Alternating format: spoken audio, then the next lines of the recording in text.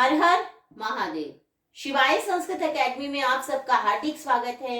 आज हम कर रहे हैं संस्कृत शब्द परिचय भाग 2। इसके अंतर्गत हम करेंगे स्त्रीलिंग और नपुंसकलिंग शब्दों को। स्त्रीलिंग ऐसे शब्द है जिससे स्त्री जाति का बोध होता है। ऐसे शब्दों के अंत में आपको आ, ई, ओ दिखाई देगा। वाक्य के आधार पर भी हम निर्धारित कर सकते हैं कि यह शब्द स्त्रीलिंग का है। स्त्रीलिंग के अंतर्गत हम सबसे पहले कर रहे हैं आकारांत शब्दों को।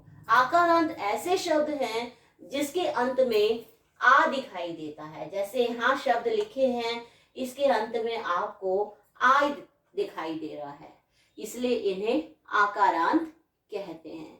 इसके एक वचन के लिए आ अर्थात ये एज इट इज ही रहता है, इसमें कोई परिवर्तन नहीं होता।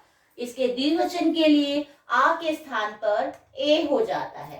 बहुवचन में आ के साथ इस पे विसर्ग लग जाता है। जैसे लता से लता एक लता, लते दो लताएं, लता अनेक लताएं। बालिका से बालिका एक बालिका, बालिके दो बालिकाएं, बालिका अनेक बालिकाएं। शिक्षिका से शिक्षिका यानी कि एक शिक्षिका, शिक्षिके यानी कि दो शिक्षिकाएं, शिक्षिका अनेक शिक्षिकाएं। अब बारी आती है इकारांत शब्दों की। इकारांत अर्थात ई जिसके अंत में है। यहाँ जो शब्द लिखे गए हैं इन सब के अंत में आपको ई दिखाई दे रहा है। जैसे इसके एक वचन में ई ही लगता है, एज इट इज लगेगा, इसमें कोई परिवर्तन नहीं होगा।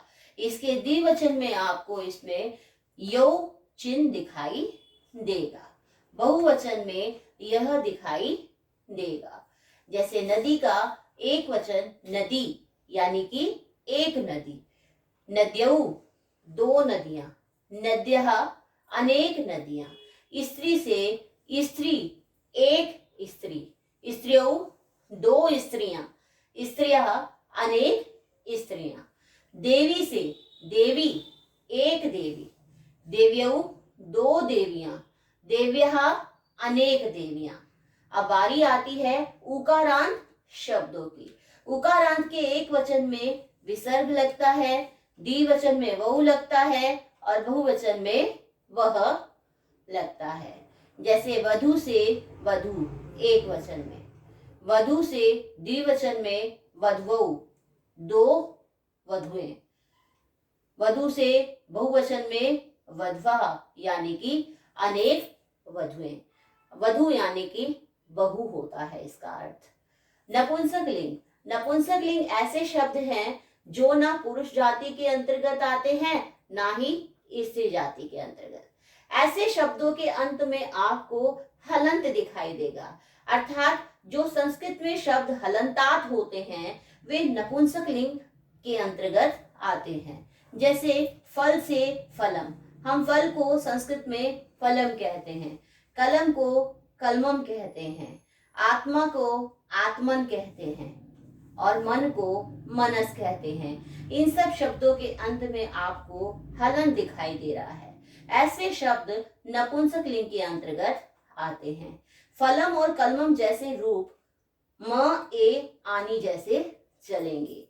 जैसे फला फल से फलम बना, फलम यानी कि एक फल, फले दो फल, फलानी अनेक फल।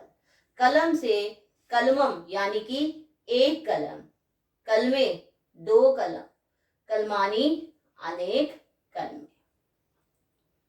आत्मन से आत्मा यानी कि एक आत्मा, आत्मानो दो आत्मा, आत्मानः अनेक आत्माएं। मनस से अर्थात मन से, इसका एक वचन होगा मनहा एक मन, मनसी दो मन, मनांसी अनेक मन। हम इसके अंतर्गत अपने अनेक शब्दों को बना सकते हैं एक वचन, द्विवचन और बहुवचन के अनुसार। आज की कक्षा यही समाप्त होती है। अगली कक्षा में हम करेंगे सर्वनाम शब्दों को। आपको आज की वीडियो पसंद आई हो तो वीडियो को लाइक करिए, शेयर करिए, कमेंट करिए और चैनल को सब्सक्राइब भी करिए। आपका बहुत बहुत धन्यवाद।